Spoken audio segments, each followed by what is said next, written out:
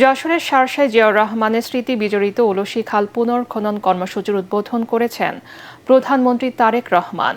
সেখানে পৌঁছানোর পর তাকে অভ্যর্থনা জানাতে স্থানীয় জনতার ঢল নামে। এ সময় তার সাথে মন্ত্রী পরিষদের সদস্যসহ স্থানীয় নেতারা উপস্থিত ছিলেন।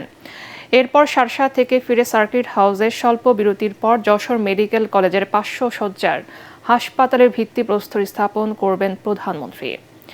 এরপর যশোরের কেন্দ্রীয় ঈদগাহ ময়দানে জনসভায় বক্তব্য রাখবেন তারেক রহমান। এর আগে সকালে রাজধানীর গুলশানের বাসভবন থেকে হযরত শাহজালাল আন্তর্জাতিক বিমানবন্দরে যান প্রধানমন্ত্রী। সেখান থেকে আকাশপথে যশোর বিমানবন্দরে পৌঁছান তিনি। দিনের কর্মসূচি শেষে সন্ধ্যায় যশোর থেকে রাতে ঢাকায় পৌঁছানোর কথা রয়েছে প্রধানমন্ত্রীর। রুশ প্রেসিডেন্ট ভ্লাদিমির পুতিনের সঙ্গে বৈঠক করতে রাশিয়া যাচ্ছেন ইরানের পররাষ্ট্রমন্ত্রী আব্বাস আরাকচি। যুক্তরাষ্ট্রের সঙ্গে চলমান যুদ্ধ স্থায়ীভাবে শেষ করার লক্ষ্যে মধ্যস্থতাকারী পাকিস্তানকে একটি কার্যকর কাঠামো দিয়েছে ইরান। এদিকে তেহরানের সাথে দ্রুতই আলোচনা শুরু হবে বলে আবারও জানিয়েছেন মার্কিন প্রেসিডেন্ট ডোনাল্ড ট্রাম্প। আরও জানাচ্ছেন নিয়াজ জামান সজীব। মধ্যপ্রাচ্য যুদ্ধ থামাতে এবার দৃশ্যপটে হাজির হচ্ছেন রুশ প্রেসিডেন্ট ভ্লাদিমির পুতিন। ইরানের পররাষ্ট্রমন্ত্রী আব্বাস আরাকচি রাশিয়া যাচ্ছেন পুতিনের সাথে বৈঠক করতে। যুক্তরাষ্ট্র ইসরায়েলের সঙ্গে ইরানের সংঘাত এবং তা বন্ধে চলমান আলোচনা নিয়ে বিস্তারিত আলোচনা হবে এই বৈঠকে। ইরানের রাষ্ট্রায়ত্ত সংবাদ সংস্থা ইরনার বরাত দিয়ে এ তথ্য জানিয়েছে আল জাজিরা। ভিয়েনায় আন্তর্জাতিক সংস্থায় নিযুক্ত রাশিয়ার দূত মিখাইল আলিয়ানভ জানিয়েছেন, ইরানের সঙ্গে আলোচনা এগিয়ে নিতে হলে যুক্তরাষ্ট্রকে ব্ল্যাকমেইল ও আলটিমেটাম দেয়া বন্ধ করতে হবে।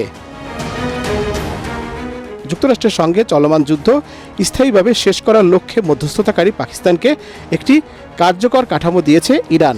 তবে এ ব্যাপারে এখনও বিস্তারিত কোনো কিছুই জানায়নি দুই দেশ। মধ্যপ্রাচ্যের অস্থিতিশীল পরিস্থিতির প্রেক্ষাপটে টেলিফোনে বিশেষ আলোচনা করেছেন ইরানের পররাষ্ট্রমন্ত্রী আব্বাস আরাকচি ও সৌদি আরবের পররাষ্ট্রমন্ত্রী প্রিন্স ফয়সাল বিন ফারহান আল সৌদ। এদিকে ইরানের বন্দরে যুক্তরাষ্ট্রের সামরিক বাহিনীর নৌ অবরোধ চলছে। মার্কিন বাহিনীর সেন্ট্রাল কমান্ড সেন্টকম সামাজিক যোগাযোগ মাধ্যম এক্সে জানিয়েছে, অবরোধ চলাকালে তারা 38টি জাহাজকে গতিপথ পরিবর্তন করার অথবা বন্দরে ফিরে যাওয়ার নির্দেশ দিয়েছে।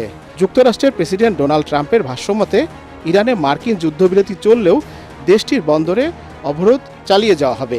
তবে দ্রুতই আলোচনার টেবিলে ইরান যোগ দেবে বলে আশাবাদী ট্রাম্প। যুদ্ধ বন্ধে ইরান যুক্তরাষ্ট্র আলোচনা থমকে যাওয়ায় এবং হরমুজ প্রণালী দিয়ে তেল পরিবহন সীমিত থাকার কারণে আন্তর্জাতিক বাজারে অপরিশোধিত জ্বালানি তেলের দাম বেড়েছে। ব্রেন্ট ক্রুড তেলের দাম ব্যারেল প্রতি $2.22 বা 2.11% বেড়ে $107.55 বিক্রি হচ্ছে। নিয়াজ জামান সজীব, এটিএন বাংলা।